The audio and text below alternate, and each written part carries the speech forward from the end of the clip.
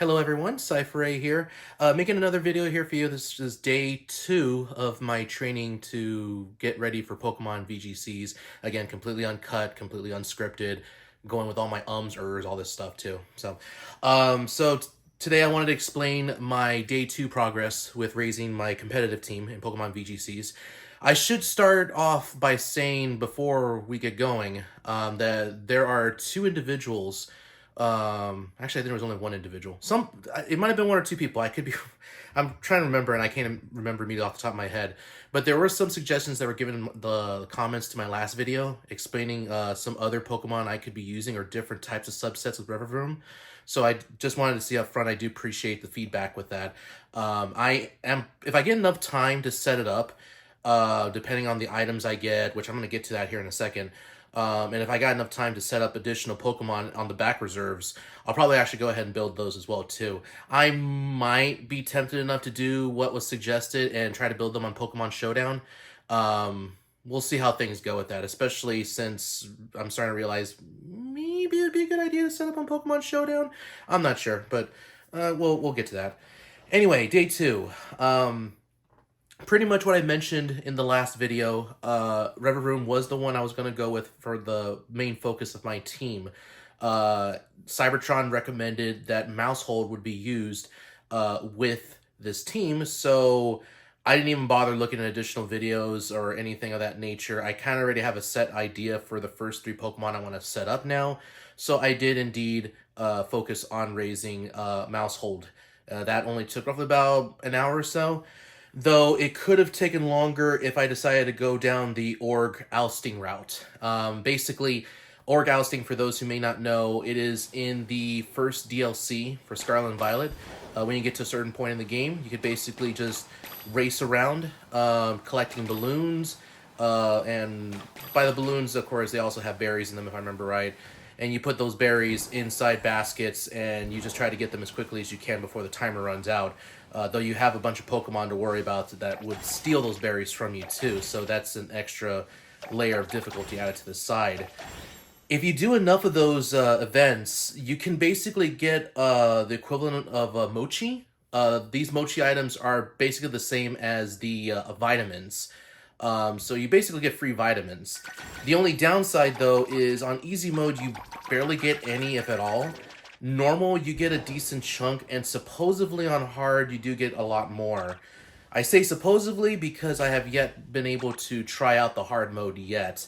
I'm still stuck on normal, and normal is pretty much most of the times I end up losing, though I still get some of those specific mochis as a result. So because of that difficulty, I did a bit of math while I was playing through that game for a bit. This was prior to me deciding to raise the Maushold through vitamins and whatnot. And I came to the conclusion that if I was going from 0 of these mochis to 26, which is what you need, just like with vitamins, and of course it's randomized on what mochis you get, but it looks like it's an even amount for each stat, more or less. That being said, though, it definitely takes more than an hour. I'm willing to guess it's going to be about an hour and a half if you're playing on nothing but normal mode. Again, hard mode, I'd imagine it'd be easier, but you definitely need to have a group of 4 to help you out with that, if anything. I try to get my friends to help me out with that, but unfortunately they've been kind of busy these last few days, so as a result, I haven't been able to do that with them and, get us going with all that, so ultimately I decided for right now to just sink the money into vitamins again. The downside with that, though, is that after doing that, as is with anybody who plays competitive with these games, money is a finite resource, and I'm already starting to get very low on vitamins, so, and as a result, money as well, too. So I think I'm going to have no other choice but to do the Ogre Ousting and just play 2 hours of nothing but doing that and getting enough of those items, and then an additional 30 minutes to an hour of raising my 3rd Pokemon, which is going to be Fluttermane. I'm getting a little bit ahead of myself, but that's what I figure is going to have to be my plan as a result. Basically, again, despite that, I was able to raise my Maushold within about 30 minutes to an hour. Currently has the moves that was recommended by Cybertron: Follow Me, Protect, Population Bomb, and Encore. I did get a chance to briefly check out that video. Like, I only saw the information he was giving initially, but I decided to actually glance at some of the matches he was doing with that setup, and it looks pretty good. Admittedly, I think on that first match he did get a little lucky, but I am curious to see how well that team will work out if I play my cards right. So I have some confidence that this team might work out fairly well. Will it win regionals? But at least, it's going to be worth a shot all the same. Again, Fluttermane is indeed going to be next on my list. Again, I have to worry about getting extra items for it, though. So that's what's been taking me a while to upload this video, because all of this I did with Maushold was done about 3 days ago, so on Tuesday in this case. I haven't played the game for about 3 days as a result, not just because of that, but also some other real-life stuff that's been happening, as well as work-related stuff. Pretty much anything that most adult competitive players have issues, or has time commitments that they have to worry about to mix along with the game. That's what I've been worried about, too. Admittedly, as an actual gamer, Baldur's Gate 3 has also been taking up my attention. Really great game, by the way, if you haven't played it yet. Play it if you're willing to sacrifice a month's worth of time to play it, just like with Persona 5. But I digress. Regardless, I think tomorrow I'm going to start focusing on the Fluttermane build. I'm going to just set time aside. I wanted to have my team ready in time before the Regulations E was set up, but unfortunately I'm not going to have it ready in time for that. I'm going to try to make up for lost ground, though. I'm going to see if I can dedicate a couple of days to training for like 8 hours a day, especially during the last week before regionals happen. Because if there's anything I learned from my past experiences with going to VGCs or any sort of competitive Pokemon tournament, it's that you definitely need to play test your team as much as humanly possible. If you don't, you're literally going to come across a lot of problems. And I think that's why in 2010, like, I won my first round very luckily. I almost forgot how I won it. I think it was because the person in question didn't have their team completely set up. But the second one definitely was it was a little bit, looking at the video, I think I did a decent job, but I still wasn't prepared enough. And that was back at the time where if you lost one round, you were completely out of the tournament entirely. So it was very rough back then. And I am embarrassed to admit this, but in 2009, I forgot to bring my team. I had to grab a very makeshift team. I think that was, my team was stuck in Pokemon Box. Yeah, that's right. No, it was my Pokemon Ranch. Right. Back then it was my Pokemon Ranch. I left it behind over there, and I just made a team as best as I could. But obviously, I lost the very first round. So both of those experiences have taught me, even though it seems like regionals these days are a lot more like TCG, where you play Swiss rounds, so you don't have to worry about getting eliminated immediately, thank God. But I'm still trying to keep in mind not to underestimate play styles, not to make sure to keep everything in mind. Definitely don't leave my team behind somewhere else, especially since I'm going to be traveling to Canada to begin with. But yeah, I kind of went on a tangent there, but the bottom line is that I'm just going to make sure I'm ready for all this either way. And I got to make sure I start prepping as a result, as opposed to just slacking off until the very last week. Let's see. I'm trying to read my notes here. Yeah, I pretty much explained everything. Last thing I wanted to mention, this is kind of a side note, but it is something that was kind of neat that happened. There is a Clefairy event that at the time of this video is still happening, but I don't think it's going to be happening for much longer. Probably for the next, I don't know, 6 hours, 8 hours, something like that. It said midnight UST or UTC, which I have no idea the conversion rate for that. But basically, there's been several people online who don't seem to understand the purpose of this event. They're like, oh, several different spawns of Clefairy. And one of them has, if you get lucky, you get this mark. Why? I'll explain it to y'all in case you don't know. First of all, there is, the whole idea of collecting Pokemon with marks. I haven't seen many people admittedly bring it up, but people collecting marks is slowly starting to gain a little bit of traction lately.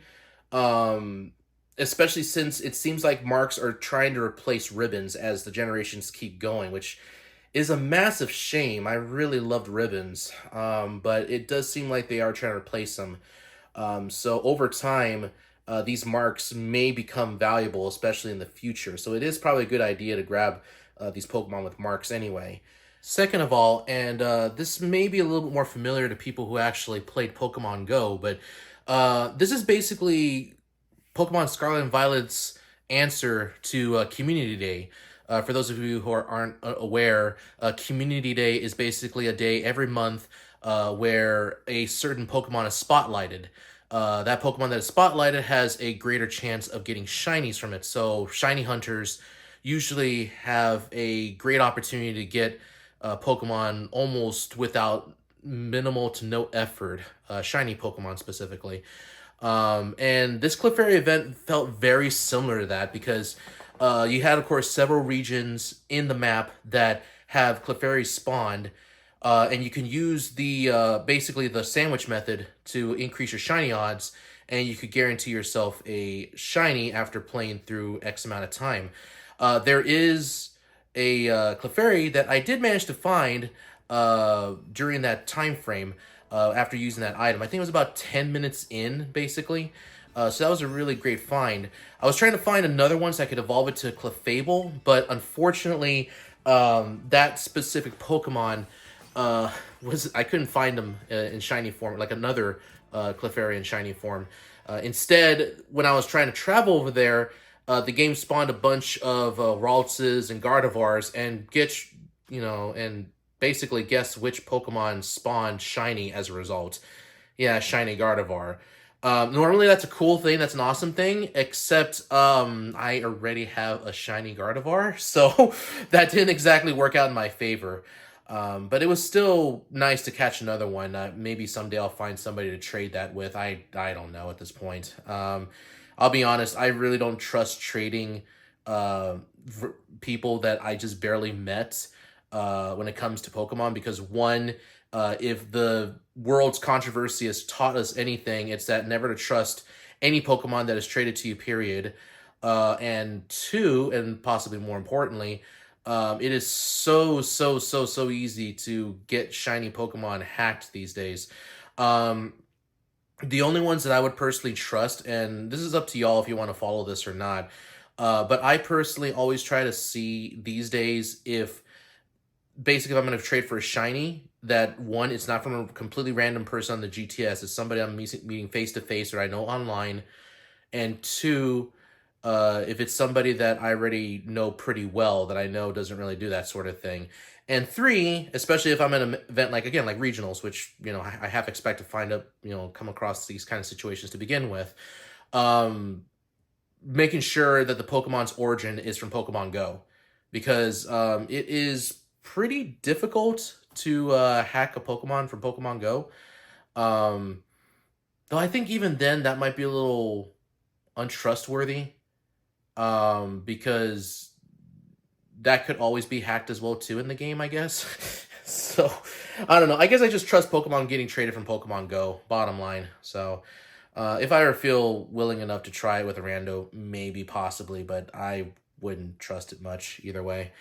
But I did have fun playing through that event regardless. I did find, again, there was a lot of Clefairies that we ended up hunting down. We ended up destroying just to clear up enough space. But again, I could only find one shiny Clefairy at the end of the day with that. A lot of decent photo ops I made in the game too. It was kind of cute though. Funny enough, when I was trying to create the perfect shot, I think I got the shot pretty good. But when I was keeping on trying to make the perfect shot, it literally rained out of nowhere in the game. Goes to show you how well the weather mechanics are in Scarlet and Violet, huh? But otherwise, it was still kind of neat doing that. It was a nice little side thing, while not worrying as much about VGCs for just a little bit and just enjoying the game with one of the random events they do. I seriously hope they make more events like that in the future. Hopefully we get more Community Day-like events with that, and be able to catch more Pokemon. So there's not really much else I have to report on aside from that. Again, I got to focus on Fluttermane. I'll probably do that first thing tomorrow.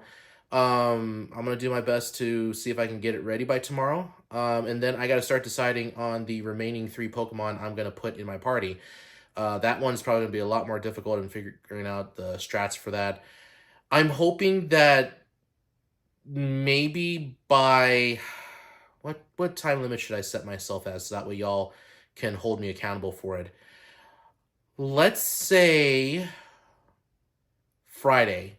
If my goal is to make sure that I have my team of 6 ready by this coming Friday, which would be on October 6th. Once I have my team ready, I will go ahead and start battling on the competitive online competitive boards in Pokemon Scarlet and Violet. Hopefully I can get myself to master rank. And if I keep losing over and over again, I'll learn from my mistakes, which I'll of course report to y'all. And maybe y'all can even help me figure out any ways to counter any of the issues I'm coming across. Because I really would love to, just like how what happened with the last video, I love hearing everybody's input in terms of how to, fix my teams and everything. So I deeply appreciate any sort of feedback y'all can give me, especially since, again, I'm barely getting back into this after more than a decade. So, all right, again, I'll keep y'all updated. So look forward to another update here soon.